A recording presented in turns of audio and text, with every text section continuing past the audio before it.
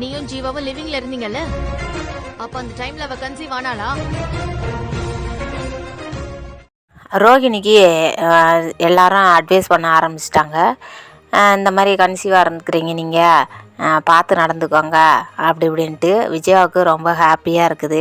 பரவாயில்ல, ரோகிணி கன்சீவாக இருக்கிறா அப்படின்னு சொல்லிட்டு அப்படின்ட்டு எல்லாம் இதாக இருக்கிறாங்க. இருந்த உடனே நம்ம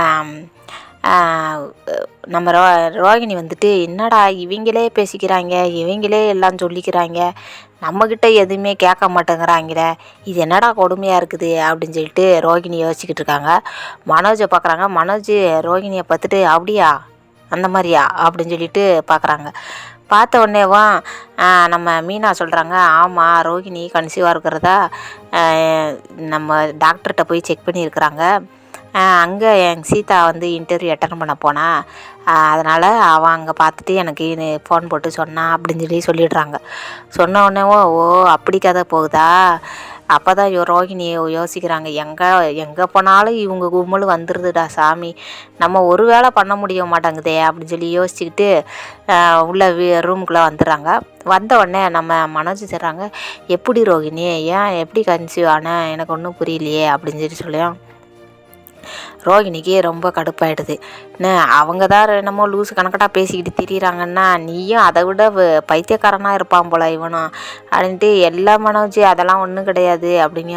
ஓ இல்லை, சொல்லு, உண்மையை சொல்லு, நம்மளுக்கு இப்போ தான் காசு வேறு 10 லட்ச ரூபா பேங்க்லேருந்து கிரெடிட் கார்டு கொடுக்குறேன்னு சொல்லியிருக்கிறாங்க.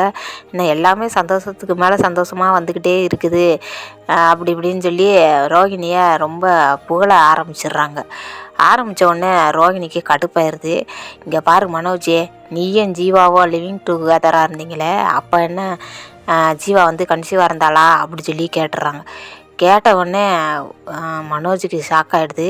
என்னடா இவா பழைய கதையை மறுபடியும் ஓப்பன் பண்ணிக்கிட்டு கிடக்குறாளே, என்னாச்சுன்னு தெரியலையே அப்படின்னு சொல்லிட்டு, இல்லை அந்த மாதிரிலாம் இல்லை, அது மாதிரி தான், நீ இதை பற்றி என்கிட்ட எதுவுமே பேசாத, என்ன நான் சும்மா நம்ம திவ்யாக்காண்டி போனேன், ஏதோ உடம்பு பிரச்சனை இருக்குதா என்ன ஏதுன்னு ஏதோ கன்சல்ட் பண்ணுறதுக்காண்டி போனால் அங்கே இவா பார்த்துட்டு ஏடா கூடமாக பேசிக்கிட்டு இருக்கிறாங்க, அப்படிலாம் ஒன்றும் கிடையாது, நீ வேறு ஏதாவது பேசி என்னைய டென்ஷன் பண்ணிக்கிட்டு இருக்காத மனோஜ் அப்படின்னு சொல்லிட்டு மனோஜ்கிட்ட ரொம்ப ஹார்டாக நடந்துக்கிறாங்க ரோகிணி.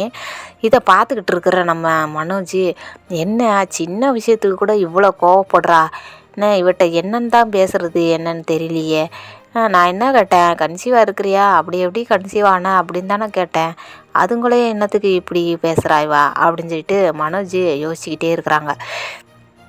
யோசிச்சுக்கிட்டு இருக்க போலையே ரோகிணி, நம்ம கிறிஷை எப்படியாவது வீட்டுக்கு கூட்டு வர்றதுக்கு ஐடியா பண்ணணும், இல்லை அப்படின்னா நம்ம கன்சீவ் ஆகணும் உடனேவும், அதுக்கு என்ன வழி அப்படின்னு சொல்லிட்டு யோசிச்சுக்கிட்டே இருக்கிறாங்க.